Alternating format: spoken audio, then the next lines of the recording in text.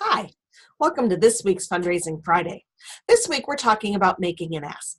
Whether you're making the ask in a letter, in an email, in person, or in a grant application, the steps to making an ask are still the same. There's three parts to a good ask. The first part is you actually need to ask.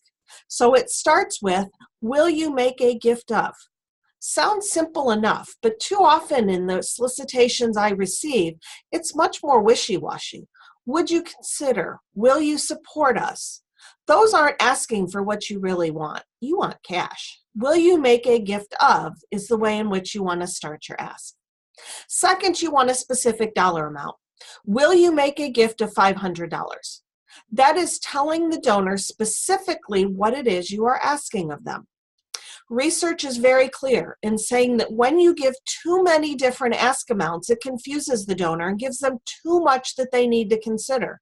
They need to say, will I make a gift? And then how much am I going to give? 25, 50, 100? And that overwhelms them. So it's just easier to say no.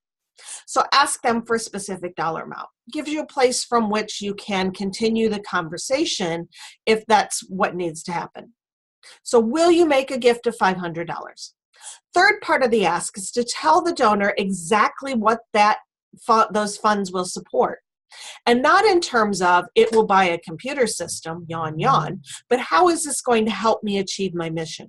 So will you make a gift of $500, which will provide after-school meals for 20 kids for 5 weeks? That way they're seeing the impact of the gift on the people that you serve. Remember, people give to people. They want to help the people you serve just like you do. That's this week's Fundraising Friday tip. Thanks, and have a great weekend.